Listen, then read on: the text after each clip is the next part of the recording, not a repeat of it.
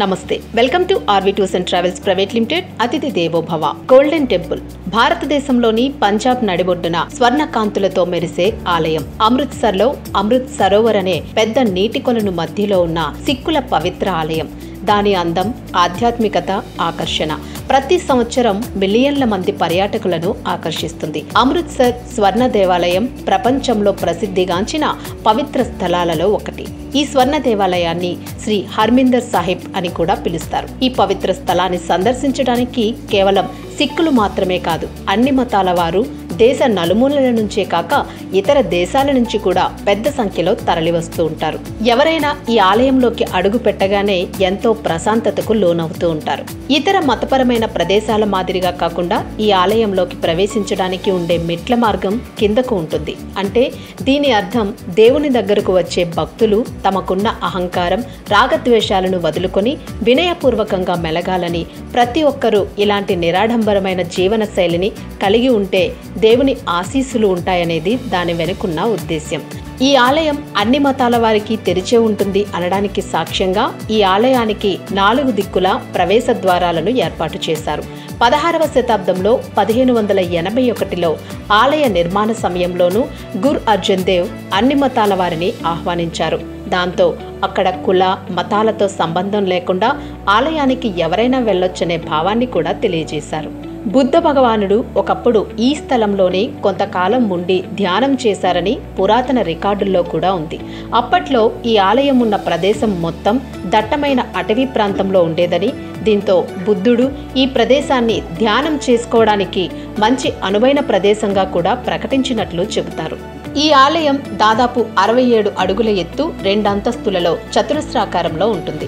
తాజ్ మహల్ గోడలపై ఉన్నట్లుగానే చక్కటి పాలరాతి శిల్పాలు ఇక్కడ గోడలపై కనిపిస్తాయి. ఈ గురుద్వారాకున్న ప్రత్యేకమైన ఆకర్షణే ఆలయం చుట్టూ 24 క్యారెట్ల బంగారు పూతను అద్దడం. దీంతో ఈ ఆలయానికి స్వర్ణ మందిరం అనే పేరు కూడా వచ్చింది. మహారాజా రంజిత్ సింగ్ తొలిసారి ఈ ఆలయానికి బంగారాన్ని జోడించాలని అనుకున్నారు. అలా మొదట 162 కిలోల బంగారం పూతతో ప్రారంభించారు. తరువాత 90ల కాలంలో 500 కిలోల బంగారం పూతను ఆలయానికి అతికించారని, అంటే దాదాపు 700 కిలోల స్వచ్ఛమైన బంగారాన్ని ఈ ఆలయం కోసం ఉపయోగించారు. దీంతో ఈ గురుద్వారా దగదగలాడుతూ మెరుస్తోంది. సూర్యుని వెలుగుల్లో మాత్రమే కాకుండా రాత్రి వెలుగులో మరింత ఆకర్షణగా కనిపిస్తుంది.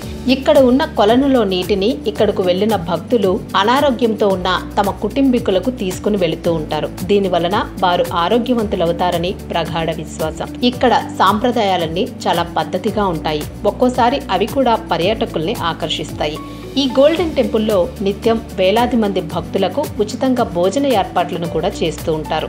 దీంతో ఇది ప్రపంచంలోనే అతిపెద్ద లంగర్ సేవను అందిస్తున్న దేవాలయంగా గుర్తింపును సాధించింది. ఇక్కడికి వచ్చే భక్తులు, టూరిస్టులు ఎంత గొప్పవారైనా కూడా నేల మీదే కూర్చొని ఆహారం తీసుకుంటారు. ఇక్కడ కులమతాలకు అతీతంగా ప్రతి ఒక్కరిని సమానంగా చూడటం మరో విశేషం. ఇక ఇక్కడ ఎవరైనా సేవ చేయొచ్చు. చిన్న పెద్ద అనే తేడా లేకుండా గోల్డెన్ టెంపుల్లో మీ సేవలను అందించవచ్చు. ఈ ఆలయంలోకి ఎవరు ప్రవేశించాలనుకున్నా సాక్సులు కూడా ధరించకూడదు. తమ తలను టోపీతో కప్పుకోవాలి. స్త్రీలైతే వారి కొంగును లేదా దుపట్టాను తలపై కప్పుకోవాలి. ఇక ఆలయం లోపల సందర్శించడానికి అనేక ప్రదేశాలున్నాయి. సెంట్రల్ సిక్ మ్యూజియం, గుర్కా లంగర్, ఇక్కడ వేలాది మంది భక్తులకు అన్నదానం జరుగుతుంది. హర్కి పౌరి, ఇక్కడే కొలనులో భక్తులు పవిత్ర జలాన్ని సేకరిస్తారు. ఇక ఈ ఆలయం నుంచి కాస్త దూరంలో మనం సందర్శించడానికి అనేక ముఖ్య ప్రదేశాలు కూడా ఉన్నాయి. జలియన్ వాలాబాగ్, బ్రిటిష్ వారి చేతుల్లో 2000 మంది భారతీయులు ఊచకోత జరిగిన ప్రదేశం ఇది. రౌలత్ చట్టానికి వ్యతిరేకంగా నినాదాలు కూడా ఇక్కడే జరిగాయి. వాఘా బోర్డర్, ఇది భారతదేశం పాకిస్తాన్ సరిహద్దుల్లో ఉన్న అతిపెద్ద ముఖ్యమైన ఆర్మీ పోస్ట్. ఇక్కడ మనం మన సైనికులు చేసే కవాతులు, అనేక విన్యాసాలను చూడొచ్చు. మరి మీరు కూడా ఈ స్వర్ణ దేవాలయాన్ని, మన దేశ సరిహద్దును చూడాలని అనుకుంటున్నారా? మరి ఆలస్యం చేయకుండా వెంటనే ఆర్వి టూర్స్ అండ్ ట్రావెల్స్ కు ఒక్క ఫోన్ కాల్ చేయండి. సంబంధిత ప్యాకేజీ వివరాలను తెలుసుకుని మీకు నచ్చిన టూర్ను ఎంపిక చేసుకోండి. మరి మీరు మా ఛానల్ని చూడడం ఇదే ఫస్ట్ టైం అయితే ఛానల్ను సబ్స్క్రైబ్ చేసుకోండి. మీకు ఈ వీడియో నచ్చినట్లయితే లైక్ చేయండి, ఫ్రెండ్స్ అండ్ ఫ్యామిలీకి షేర్ చేయండి. మరిన్ని టూర్ ప్యాకేజ్ అప్డేట్స్ కోసం బెల్ ఐకాన్ని క్లిక్ చేయడం మర్చిపోకండి.